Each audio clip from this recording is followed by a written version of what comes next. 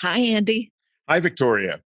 So today we'll be speaking with Dan Buettner, who brought the concept of blue zones to the world. Yeah, his writings have really been extremely popular, and I think he's done a great deal to foster healthy longevity and also put into action a lot of what he's observed in his travels.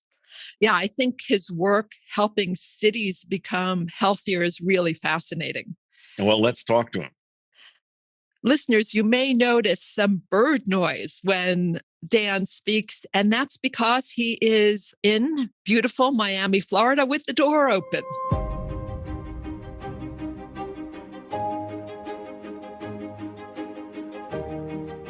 Dan Buettner is a National Geographic explorer and the author of the best-selling book, The Blue Zones, as well as Blue Zones Kitchen, The Blue Zone Solution, and The Blue Zones of Happiness. Welcome, Dan. It's a pleasure and an honor to be with you. I'm so glad that you're here to join us. And it just has to start with, tell us what blue zones are and maybe their implications for longevity. Blue Zones was a collaboration between the National Institutes on Aging, National Geographic, and me to identify the parts of the world where people live the longest and then reverse engineer what they're doing in a sense. So instead of trying to look for the secret to longevity in a petri dish or a test tube, we found verified populations who have achieved the outcomes we wanted. And then by bringing another team in to find out what correlates with that high life expectancy or high centenarian rate, and look for the common denominators, we feel like we have a pretty good idea of some lessons that the rest of us might want to follow if we want to live long. So, Andy, you have visited, I think, many of the blue zones, and you specifically wrote about Okinawa and Sardinia in your book on healthy aging. What were your takeaways? Well, I went to Okinawa some years ago and was very struck by the different cultural value placed on aging there compared to our society. The very old people were honored, valued, made to feel part of the community. And it seemed to me that that was the major factor that accounted for the differences that I saw there. I mean, obviously, there were so many lifestyle factors that promoted healthy aging. They had a fabulous diet, rich in antioxidants. They were physically active. They lived in a place that had clean air and water. But all that seemed to me to be secondary to the cultural value placed on aging. And that seems such a contrast to what I see here. Yeah, you're right. I mean, we tend to celebrate youth here in the United States. And in Okinawa, the biggest year of your life is your 96th birthday. Right. The whole village will turn out and celebrate that. So older people are honored, their wisdom is harnessed, they continue to be part of the active participants in the family instead of warehousing them in a retirement home. Their resiliency, their wisdom is put to work in raising children and cooking the food, keeping the food traditions alive. There's something called the grandmother effect that has even showed that a home with a grandparent in there, actually the children have lower rates of mortality and disease. So it's a wonderful virtuous circle. Yeah, Victoria, you've heard me say that in traditional Okinawan society, a common cause of sibling fighting is over who is going to get to take care of the aging parents. A little different from what we see here. Yeah, right. So that is such a huge societal difference, that perspective on how valuable life is as life proceeds. What do you think are the other societal factors that make such a difference? So you bring up a really good point about the societal factors. And I agree with Andy in that those are, I would say, major driver to longevity. Okinawa, their vocabulary does not include the word retirement, which I really think is a powerful idea. So there's no kind of artificial punctuation between your life, your productive life, and your life of repose. And in Japan, anyway, the highest mortality rates post-retirement are among policemen and professors, people with really high status over there, and suggesting strongly that having a sense of purpose is also very important. And Okinawans don't have a word for retirement, but they have a word ikigai, which roughly means the reason for which I wake up in the morning. And I suspect, Andy, you and I would violently agree on the importance of having a strong sense of purpose when it comes to longevity. Yeah. And also, I think in my experience, and I think there are also statistics to bear this out, with men, especially here, how many within a year of retirement develop a serious illness or die? And that's just a very common pattern. I think the second most dangerous year of your life, most dangerous year is year you die. I mean, year you're born, actually. But the year of your retirement, there seems to be a mortality spike. The other interesting, there's a lot of talk lately about loneliness in the country here. Not having 3 friends you can count on is associated with about 8 fewer years of life expectancy. In Okinawa, they have this wonderful social construct known as a moai, MOAI, which is a committed social circle, originally formed centuries ago because they didn't have banks. So people came together and, 4 or 5 people, they threw money together every time they met. So somebody needed seed to start the season, the growing season, they could count on their moai because banks wouldn't give them loans. But that has morphed really into these beautiful social circles with a security net underneath. And when you do well, you're expected to share. And when things go south, these moais are there to step in, either financially or psychologically, to kind of pick up the slack. We should also note that in Okinawa in recent years, longevity has plummeted. And this has been attributed mainly to greatly increased consumption of American-type fast food. So in some of these cultures, the phenomena that we've written about, they're fragile and are subject to change. One of the things that I have really enjoyed learning about, Dan, is the work you're doing to help societies, cities, governments create the equivalent of blue zones and to line up the factors so that doing the healthy thing, doing the thing that's pro longevity is the easy thing to do. And I'd love to hear some of that work and where you think you've been most successful. So Andy you both bring up very good points. So when I started working in Okinawa in 1999, it was producing the longest lived disability-free people in the history of the human race. And now they're the least healthy prefecture in Japan. And you start asking yourself, well, why is that?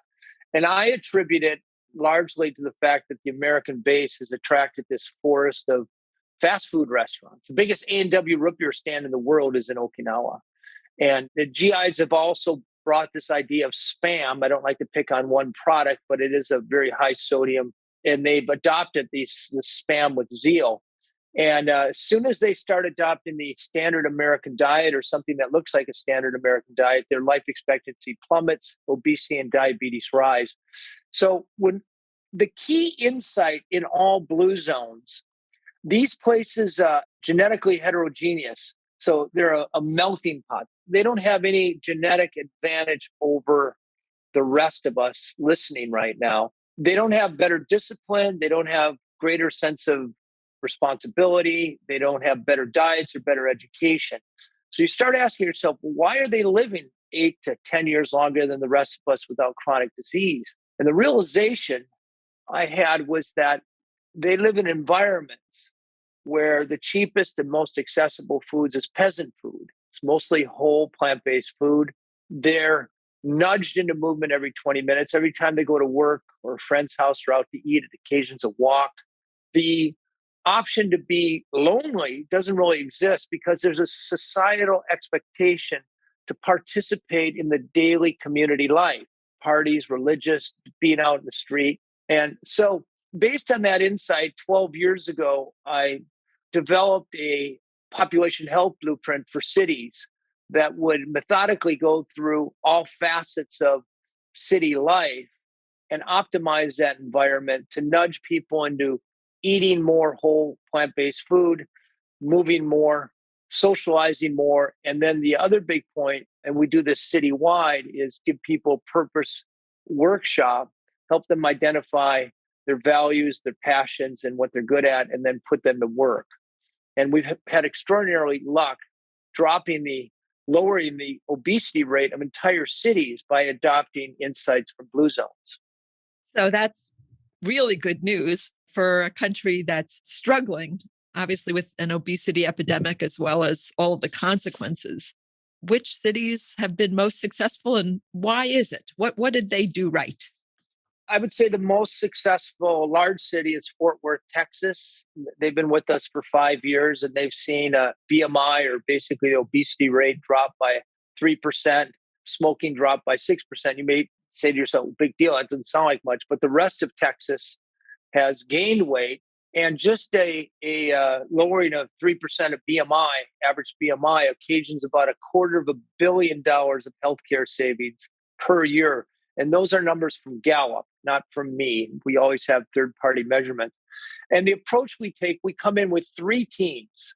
The first team is a policy team, and we have aggregated best practices and policies to favor fruits and vegetables and whole foods over fast food and junk food marketing, to favor the pedestrian over the motorist, and to favor the non-smoker over the smoker. And we don't come in heavy-handed telling cities they have to adopt these. We come in with menus of 30 of them and say, look, if you want to use our time, we're here for you. Don't waste it. We won't waste yours, but we expect you to come to consensus around a half a dozen feasible and effective policies that we know have worked elsewhere for your city. And we can usually get probably 20 policies implemented in a 5-year, 10-year we're there, which make an enormous, according to the CDC, the most cost-effective way to make a population healthier is through policy.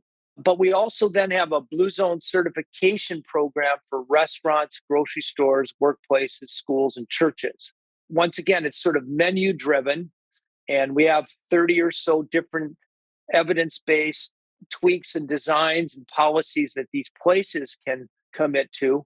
And if they do 75% of them, we give Blue Zone certification. And then we have a third team who, over the course of 5 years, manages to get about 15% of the adult population, which there's some tipping point science around 15%, to optimize their own homes and their social networks. And between the people, places, and policy perfect storm, we can usually exert enough positive pressure on changing the environment. In every city we've been to, and we've worked in 54 cities, every city that's hired us, we've managed to lower their BMI and also raise life satisfaction as measured by Gallup. That's very impressive. I think that's just terrific work. And I wonder, are you up against any vested interests that work against this? So we've had a little pushback from certain political parties that favor, for whom freedom is really important. This notion that we're limiting junk food choices doesn't sit well with everybody. But, we always couch it as an option. It's like, you don't have to pick any of these policies. You've asked us to come help make your city healthier.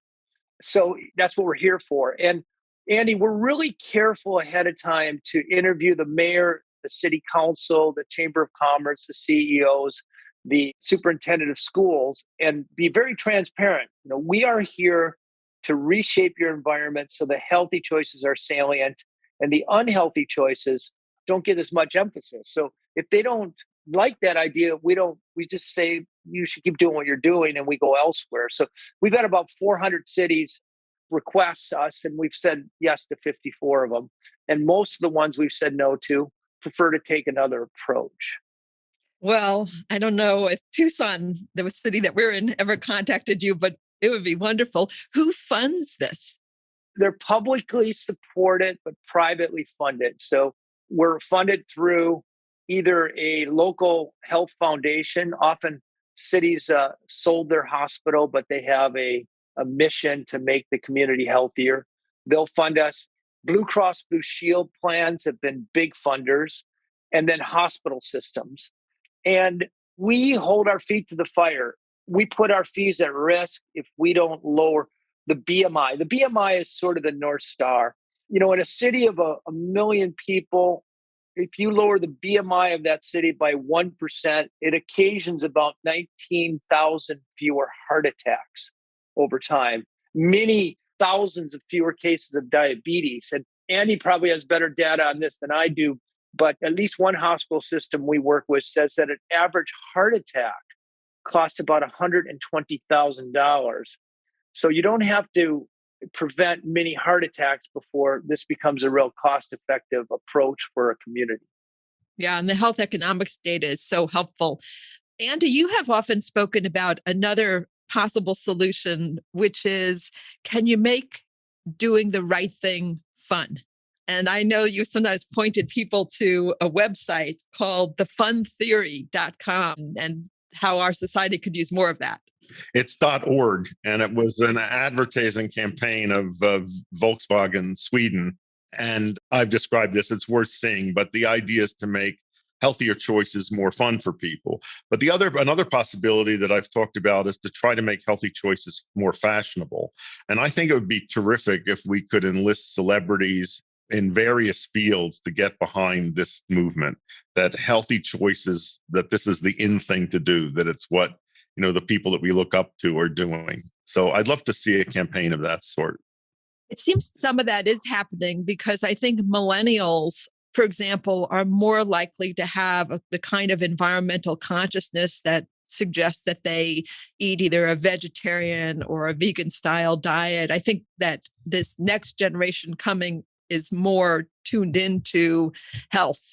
I've seen those statistics too. I think my generation, about 3% self-identified as vegetarian or vegan. And now the generation that's just graduating from college right now, I've seen numbers as high as 15% identifying as vegetarian and vegan. And that is definitely directionally exciting because it has ramifications for not only health, but the environment and animal cruelty for people who care about those things. Dan, what did this lifelong commitment to studying blue zones, what effect has it had on your own life or choices? I used to eat a lot of animal products. I eat almost none now. No meat. I eat mostly whole food, plant-based. I am naturally social, and I've discovered through this process that actually connecting socially, even casual, low-intensity social interactions are predictive of longevity. I've reconnected with my faith, though not as much as my mother wishes I would. And, I'm really conscious about one statistic that really stuck out to me. Your zip code is a bigger predictor of your life expectancy than just about anything else. You take many counties in Kentucky, and the life expectancy there is 20 years less than they are in places like Boulder, Colorado, and Santa Barbara. So that's not a coincidence. That's not because people in Boulder are some inherently better people or smarter or better disciplined or better Americans. It's just that in the cities where people live a long time, they're walkable and bikeable. There's easy access to nature. They've tried to mute traffic so there's not as much pollution, noise, and accidents. There's easy access to healthy food. So I proactively, I'm sitting in the southern tip of Miami Beach right now, which is very walkable. And, later on, I'll show you what I'm looking at right now. I'll be out there swimming in about 2 hours. And, I probably wouldn't be swimming if I were back up in Minneapolis, but Minneapolis is actually a walkable community. I also spend time there. So I'm very conscious about living in places where I mindlessly will move more, connect more, and eat better food. And that is the big opportunity. Dan, I just saw statistics within Tucson of a 20-year difference in longevity between zip codes in South Tucson and zip codes in the foothills of the Catalina Mountains. And it's a complex of factors. It's everything from noise, pollution, high crime, dietary choices. It's a lot of things, but it certainly points up the disparities based on economic and social factors. And this is exactly what we do, and I don't think we do enough. It's very easy to identify many, or if not most of the factors in a place where people are living longer, and then present them or put them to work in these communities where their life expectancy challenged. So, there's something called a complete street policy. Every city manager since the Eisenhower administration has been trained to get as many cars down a street as possible, not really thinking about the human. But when you design streets for humans with a wide sidewalk, a safe sidewalk, trees, bike lanes, and narrow lanes with reasonable speed limits, you can see bump in physical activity levels of that whole community by 20%. commensurate drop in accidents and asthma from breathing the fumes and just the stress of being around motorized transportation and the roar of, if you thought birds were bad, you should hear, live on a busy street. What's your assessment of the impact of the pandemic on all of this? How much has that reduced the opportunity for social interaction, impacted eating habits adversely, and so forth? I think it goes two ways. First of all, as you probably know, life expectancy has dropped by about a year because of the pandemic. Life expectancy upward since about 1900, and now it's dipped to actually about a year and a half in the last 3 years, largely due to the pandemic. On the other hand, I do think, every time you go out to eat, you eat about 300 more calories than you would if you ate at home. And people are starting to cook at home. There's been a sourdough bread craze, which I don't think is a bad idea. In many cases, it's forced families to come together. And, I know losing a job is incredibly traumatic, but according to Gallup, only about 31% of Americans actually find purpose in their work. And I think, the restaurants can't find people to work there anymore. I think a lot of people have lost their job, reassessed, and said, I'm going out for something that speaks to my heart more. So I think there's a chance that while we're experiencing a temporary dip in life expectancy, that 5 years from now, we'll look back at the good old days of the pandemic. I know that's probably a bold prediction, but, hardship often yields strange blessings. I'm not dismissing the pain and I'm not dismissing the sickness and the death, but I'm hoping for a silver lining. I have a different question for you, which is I've always been curious about what it means to be a National Geographic explorer. Basically, you get paid for being a professional truant. Those kids who played hooky in school? Well, I've taken it to a whole new level. So you're Ferris Bueller, huh? Bueller's, yeah. Instead of Ferris Bueller's day off, it's Dan Buettner's life off. I write frequently for National Geographic. In fact, I have a brand new book out this week. It's published today, in fact, called The Blue Zone Challenge, which takes all the things I learned about how you optimize your surroundings, shows people how to set up their homes so the healthy choice is the easy choice. But for about 16 years now, I've regularly written for their magazine and books, and I've led about 16 expeditions. And, once you hang around the National Geographic Society enough, you wear them down and they give you a title. Body of Wonder is produced by the Andrew Weil Center for Integrative Medicine at the University of Arizona, internationally recognized for innovative health and wellness programs, evidence-based research, and clinical standards. The center offers listeners a wide range of free resources to live and maintain a healthy lifestyle, including online learning, meditations, and short videos. To find out more, go to azcim.org/podcast. That's azcim.org/podcast. There's a lot of discussion about diet. There's keto and paleo and vegan. And I'm wondering what your definition is of the optimal diet for longevity. I think, first of all, exclusion of, as much as possible, refined, processed, and manufactured foods. I think that's the overriding recommendation. Then I think it is obviously good to eat lower on the food chain, to reduce the percentage of animal foods in the diet, to eat a wide variety of fresh produce, especially vegetables of good quality. I think other than that, I think those are the best general recommendations that I can give. And I think I see so much diet fascism today of people saying you have to eat this way, you have to eat that, and also a tendency to eat very restrictive diets. I think the keto diet is a very unhealthy diet. I think the paleo and keto eating to exclude all grains and beans, I think that's just silly.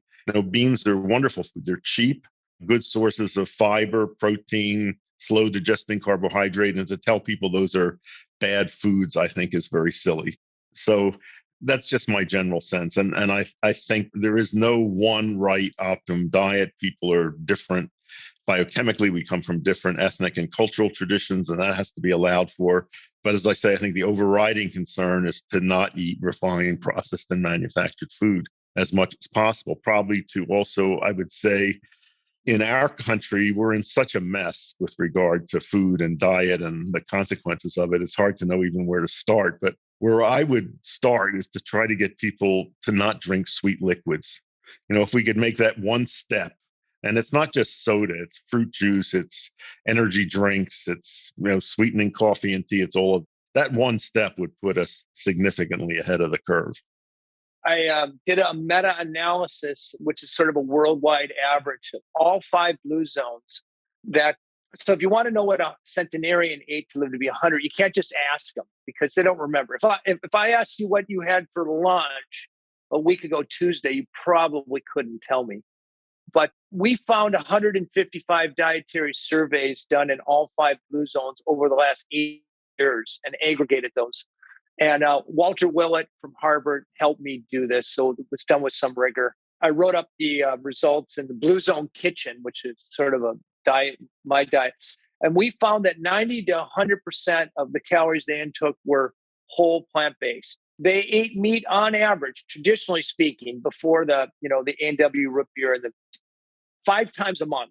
Meat was a celebratory food. And you probably saw that in Okinawa, with the pork. And not nearly as much as you think. Most of the blue zones are actually inland. They don't eat a lot of fish. But the 5 pillars of every longevity diet in the world were whole grains, rice, corn, and wheat. Sardinians, the longest lived men in the history of the world, until 1950, 60% of their calories came from wheat, various kinds of wheat, sourdough breads, pastas, etc. Greens, interestingly, greens are cheap and they grow, the kind of stuff we weed whack in our backyard. Many of them have 10 times the antioxidants of wine. Tubers in Okinawa until 1970, about 60% of their dietary intake came from emo, which is a purple sweet potato, which grew abundantly and cheap. Nuts, and then beans. I actually think, if there is a superfood, and I want to ask you about superfoods after this, but in every blue zone, they're eating about a cup of beans a day.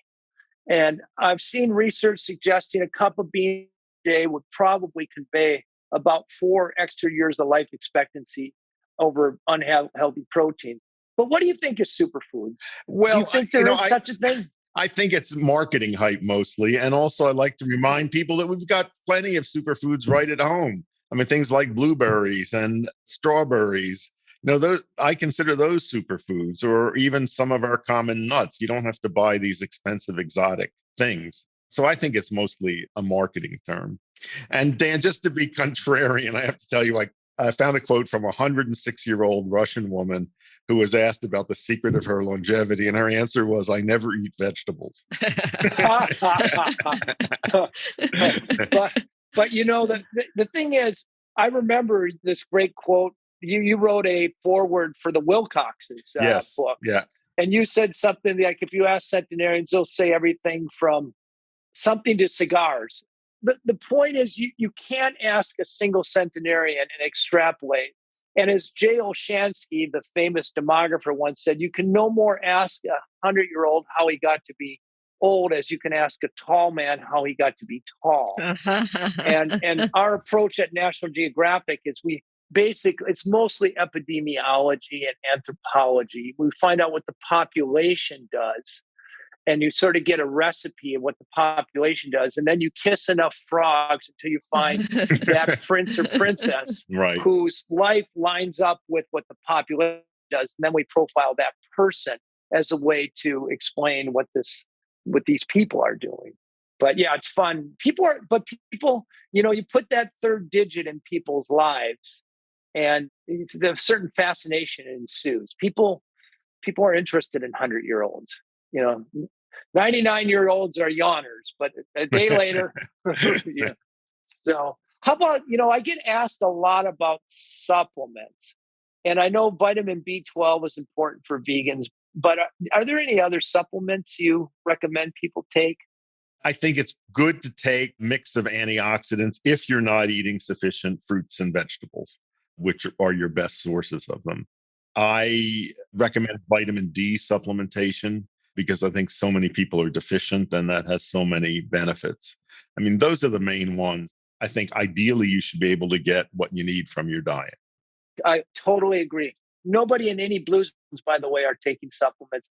We have a conference coming up in May, and one of the topics is about the science of aging. And are there either medicines or dietary supplements that would promote healthy longevity and, protect your brain, reduce the risk of diabetes? Some of the things that are being researched are metformin, rapamycin, supplements like resveratrol. So it'll be interesting to see whether the biohackers are correct and that there are some things that one can do in addition to all of the healthy lifestyle that we've been talking about that will promote long life. Yeah, I see there's two problems with that pursuit. The first one is if you look at the available data on people taking supplements or even their prescribed pills, the recidivism curve is pretty steeply angled downward. In other words, people start taking them and then forget to take them after a while. So even if these things do work, I seriously question whether or not people will take them long enough to make a difference. And secondly, the type of longevity Andy and I talk about is not just more years, it's more good years. Eating a healthy diet, connecting socially, knowing your sense of purpose. These are all things that bring joy to life. And I can continue to believe that pursuing healthy longevity is, maybe more worthy, but just as important a pursuit. Well, Dan, thank you so very much for your work on the blue zones, for bringing it to so many people's attention, for the work you're doing to create healthier cities. It's been a pleasure to speak with you. If people have more questions, my handle on Instagram is @Dan Buettner. Be very happy to. I'm very good at answering people's questions. And if I may just mention, I have this new book out today called The Blue Zone Challenge: 4 weeks to a longer, better life. And I'm first of all honored to meet you, and I would love to help if I can ever help. And I'd love to be in touch with you, and hopefully we can meet face to face.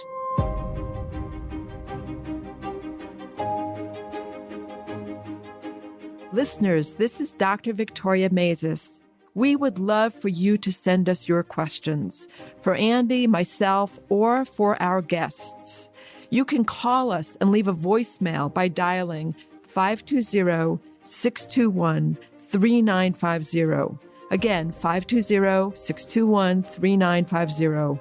Or you can submit a question by going to our website, azcim.org/podcast. Again, azcim.org/podcast. We will review your questions and try to answer as many as possible on our programs.